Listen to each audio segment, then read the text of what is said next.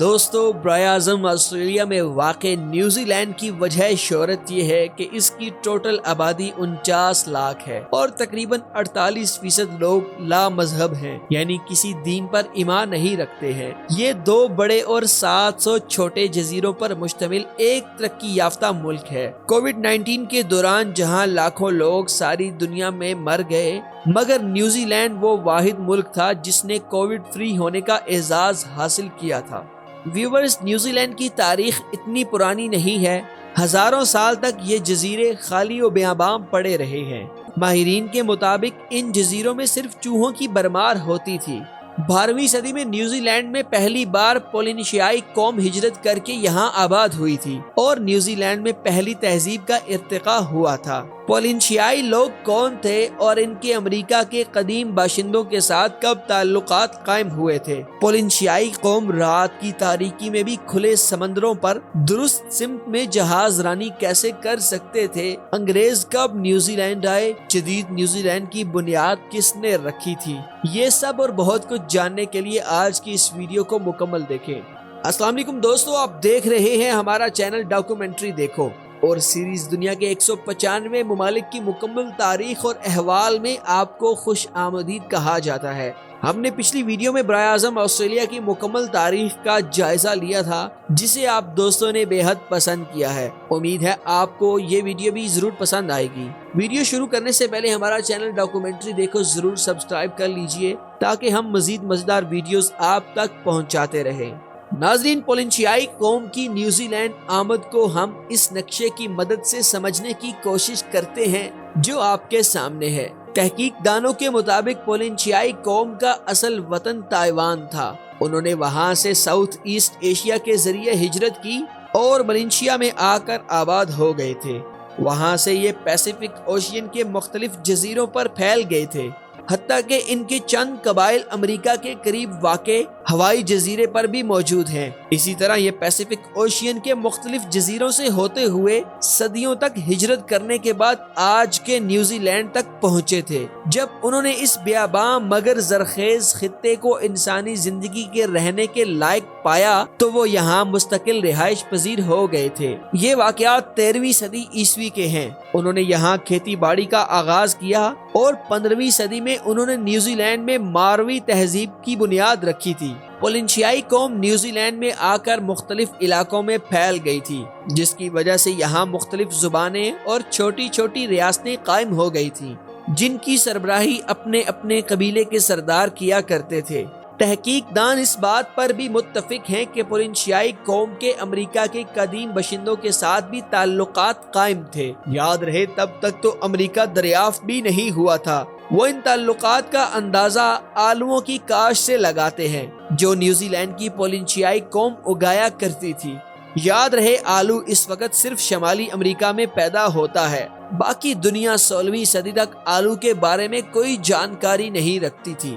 صرف امریکہ اور New Zealand میں اس کی کاشت اور کھانے میں اس کا استعمال کیا جاتا تھا۔ ویورز، جزیرہ آسٹریلیا کا دریافت کا صحرا 1608 میں ایک ڈچ جہاز راں کو جاتا ہے۔ پھر اس کے بعد یہاں ڈچوں نے افسانوی سونے کے پہاڑ تلاش کرنے کی بہت مہمیں چلائیں اور آسٹریلیا کے ہر اطراف ان کے بحری جہازوں نے سروے کیے تھے۔ ایسے ہی 1642 میں ڈچ جہاز راں ایبل تسمان نیوزی لینڈ کے علاقے ساؤتھ ای لینڈ خلیج گولڈن بے کے ذریعے پہنچا۔ ابھی وہ ساحلی علاقے میں اپنے جہاز کو روک ہی رہا تھا مگر مقامی ماہوری قوم نے اس پر حملہ کر دیا تھا۔ اس نے فوراً اپنے لنگر اٹھائے اور آگے نیوزی لینڈ کے علاقے تونگا کی طرف نکل گیا تھا۔ 1769 میں برطانوی جہاز راں جیمز کک نے نیوزی لینڈ تک کا سفر کیا تھا اور اس کے مرکزی جزیروں ساؤتھ ای لینڈ اور نارتھ آئی لینڈ کو بھی دریافت کر کے نیوزی لینڈ کا نقشہ بنایا تھا۔ 1790 میں اس نئی سرزمین کے ماہوری لوگوں کے ساتھ یورپی اقوام بالخصوص برطانوی تاجروں نے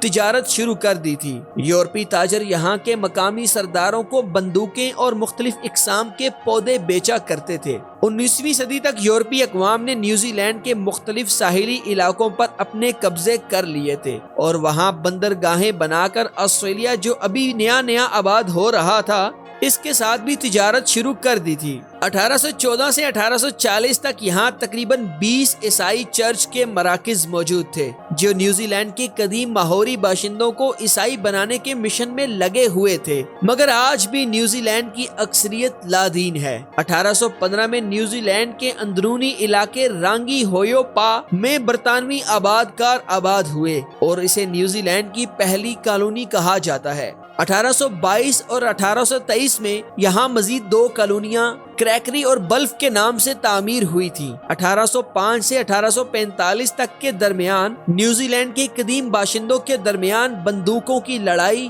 یعنی سول وار چھڑ گئی تھی۔ یورپی تاجر جنہوں نے یہاں بندوقوں کی تجارت کی، ان کو اس سے بے پناہ فائدہ حاصل ہوا۔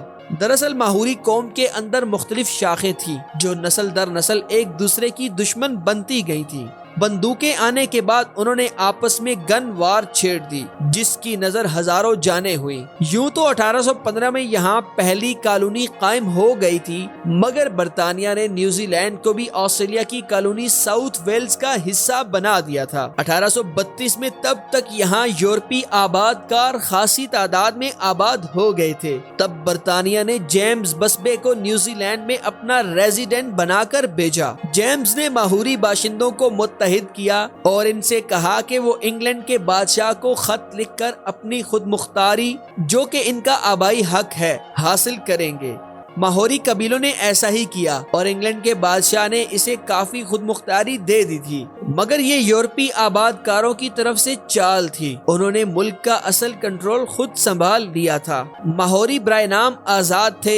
یورپی آباد کاروں نے نیوزی لینڈ کمپنی بنائی اور نیوزی لینڈ کے بڑے بڑے جزیروں کو ماہوری باشندوں سے خریدنا شروع کر دیا تھا۔ 1839 کو کیپٹن ولیم ہوسن نے نیوزی لینڈ پر برطانیہ کے بادشاہ کے حکم سے قبضہ کر لیا اور اسے آسٹریلیا کا حصہ بنا دیا تھا۔ 1840 میں قدیم باشندوں اور کیپٹن ولیم کے درمیان معاہدہ ویتانگی ہوا جس کے نتیجے میں انگلینڈ نے اسے آسٹریلیا میں ضم کر دیا تھا۔ 1841 کو ایک بار پھر نیوزی لینڈ کو آسٹریلیا سے الگ کر کے آزاد کالونی بنا دیا گیا تھا۔ 1850 میں انگلینڈ کی پارلیمنٹ نے نیوزی لینڈ کانسٹیٹیوشن ایکٹ منظور کر لیا تھا۔